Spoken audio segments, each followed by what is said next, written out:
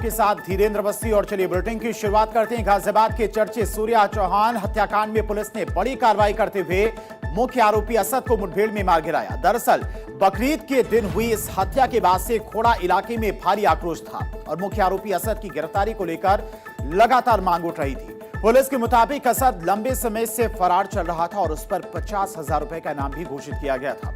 बकरीद के दिन सूर्या चौहान की चाकू से गोदकर हत्या कर दी गई थी। पुलिस ने कार्रवाई करते हुए पहले ही 3 आरोपियों को गिरफ्तार कर लिया था, लेकिन मुख्य आरोपी असद पुलिस की पकड़ से बाहर था। पुलिस ने बताया कि उन्हें गुप्त सूचना मिली थी कि असद अपने एक दोस्त से पैसे लेने के लिए खोड़ा क्षेत्र में आने वाला है और पुलिस से भी जानकारी मिली थी कि पैसे लेने के बाद वो शहर छोड़कर फरार होने की तैयारी में था और सूचना के आधार पर पुलिस की टीम ने इलाके में सघन तलाशी अभियान चलाया और कई स्थानों पर चेकिंग प्वाइंट भी लगाए गए। इस दौरान असद अपने एक साथी के साथ बाइक पर आता दिखाई दिया। पुलिस ने उसे रोकने का प्रयास किया और आत्मसमर्पण करने की चेतावनी दी, लेकिन आरोप है कि असद और उसके साथी ने पुलिस पर फायरिंग शुरू कर दी।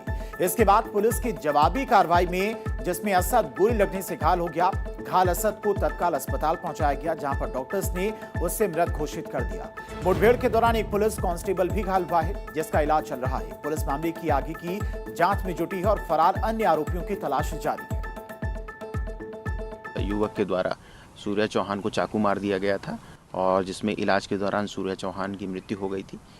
उनके परिजनों के द्वारा दी गई तहरीर के आधार पर 5 लोगों के विरुद्ध थाना खोड़ा में सुसंगत धाराओं में मुकदमा पंजीकृत किया गया था।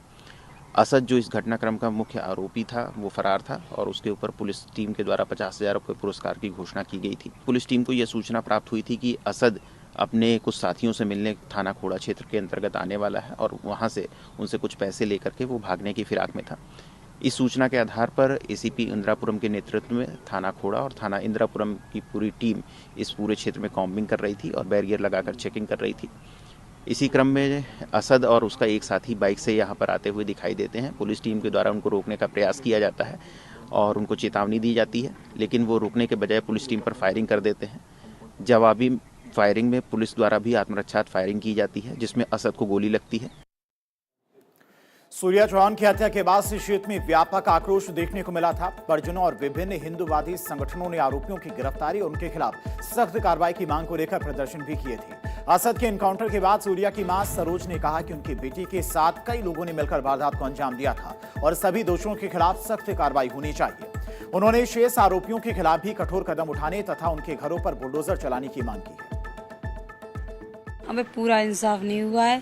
अभी 6 कातिल जो अभी उनकी मृत्यु नहीं हुई है, उनको भी मृत्यु के घाट उतारना चाहिए। जैसे हमारे बच्चों को उन्होंने साहिल नाम के लड़के ने मेरे बच्चे को, मेरे घर का दीपक उजाड़ दिया, ऐसे ही सातों के सातों जब मारे जाएंगे और सातों के घरों पे बुलडोजर चलेगा, यहाँ पे करो या गांव में हो, तब जैसे उन्होंने हमें रोड पे कर दिया उसी तरीके करके उन्हें रोड पे लाया जाए, जब भी मेरे को तसल्ली मिलेगी। सब लोगों ने हमारी सब हमारा स्टाफ जो हैगा सब ने हमारी मदद की और सब मेरे सहयोग कर रहे हैं।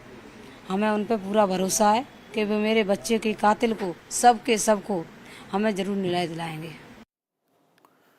और अब बात पश्चिम बंगाल की। पश्चिम बंगाल के हुगली जिले के चंडी तालाब पुलिस स्टेशन के सामने टीएमसी सांसद कल्याण बनर्जी पर हमले का मामला सामने आया।